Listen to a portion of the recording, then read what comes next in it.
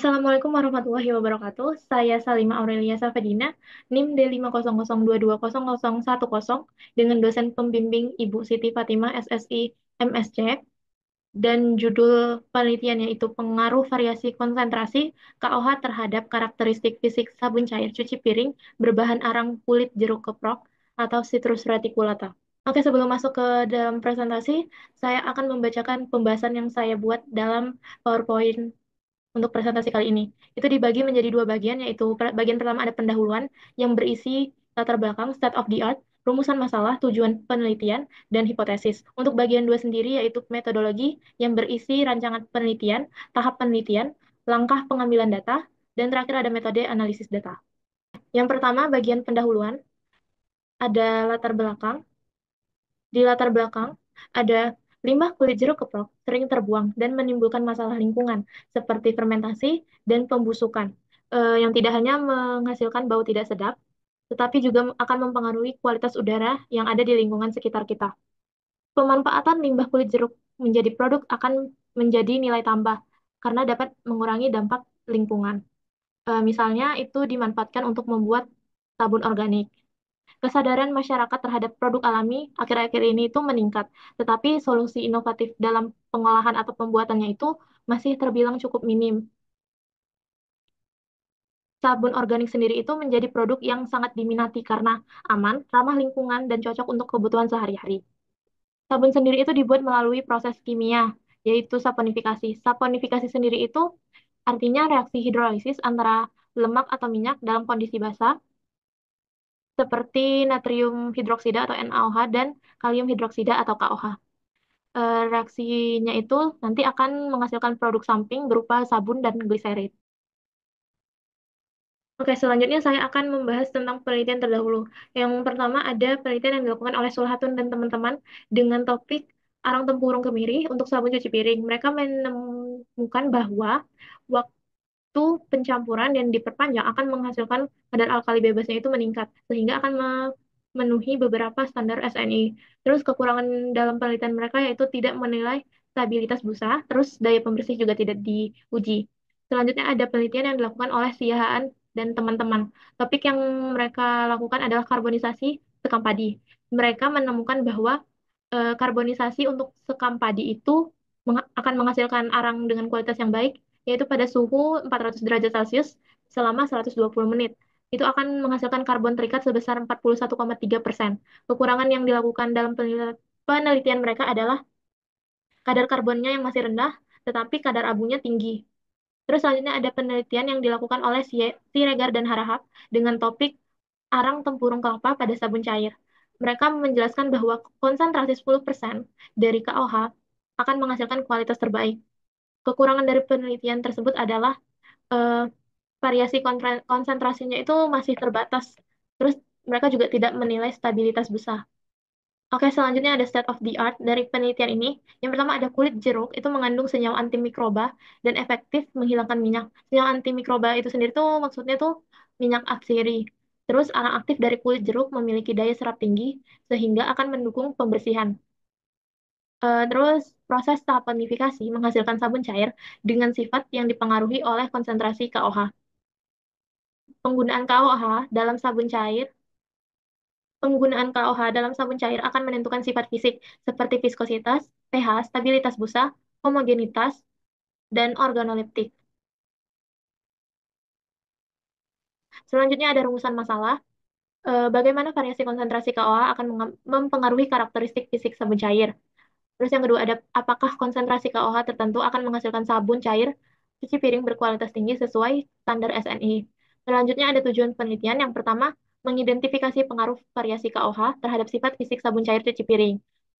Yang kedua ada menemukan formulasi optimal sabun cuci piring dengan konsentrasi KOH tertentu. Terus yang terakhir ada hipotesis.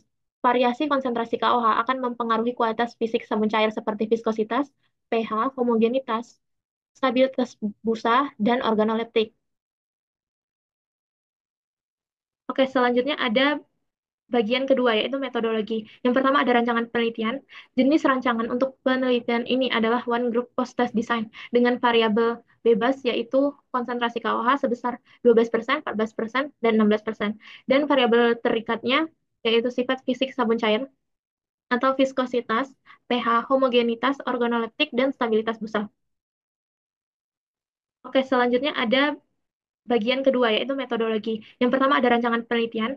Jenis rancangan untuk penelitian ini adalah one group post-test design dengan variabel bebas yaitu konsentrasi KOH sebesar 12%, 14%, dan 16%. Dan variabel terikatnya yaitu sifat fisik sabun cair atau viskositas, pH, homogenitas, organoleptik, dan stabilitas busa. Selanjutnya ada tahap penelitian, yaitu yang pertama preparasi bahan baku. Di preparasi bahan baku ini akan dilakukan kulit jeruknya itu dibersihkan, kemudian dikeringkan dengan oven pada variasi waktu dan variasi suhu. Setelah itu proses pengeringannya itu akan menghasilkan arang yang kemudian akan di blender untuk agar lebih hancur dan halus, kemudian akan diayak dengan ayakan ukuran 40 mesh. Itu tujuannya itu untuk memperoleh arang yang dengan ukuran seragam. Kemudian selanjutnya itu aktivasi arang atau karbonisasi. Eh, Aktivasi arang di sini itu akan dilakukan dengan cara memanaskan serbuk tadi yang udah diayak di furnace selama 2 jam pada suhu 600 derajat Celcius. Kemudian setelah di furnace itu nanti akan diuji kualitas arangnya. Terus selanjutnya ada pembuatan sabun cuci. Untuk pembuatan sabun cuci ini itu akan eh, dilakukan dengan perbedaan konsentrasi KOH yaitu 12%, 14%, dan 16%. Langkah pertamanya itu menimbang teksapon dan arang kulit jeruk keprok tadi yang sudah diuji, terus dimasukkan ke baskom, lalu ditambahkan sodium sulfat sebanyak 2/3 bahan. Kemudian bahan yang di dalam baskom tadi diaduk hingga berwarna putih, lalu tambahkan 600 ml air sedikit demi sedikit. Kemudian tambahkan KOH yang sudah dilarutkan dalam aquades, lalu eh, tambahkan 200 ml air dan sisa sodium sulfat tadi. Kemudian tambahkan NaCl sedikit demi sedikit. Setelah itu masukkan foam booster dan sorry, dan ETA. Tapi sebelum menambahkannya ke campuran, ETA-nya itu harus dilarutkan dulu dalam air.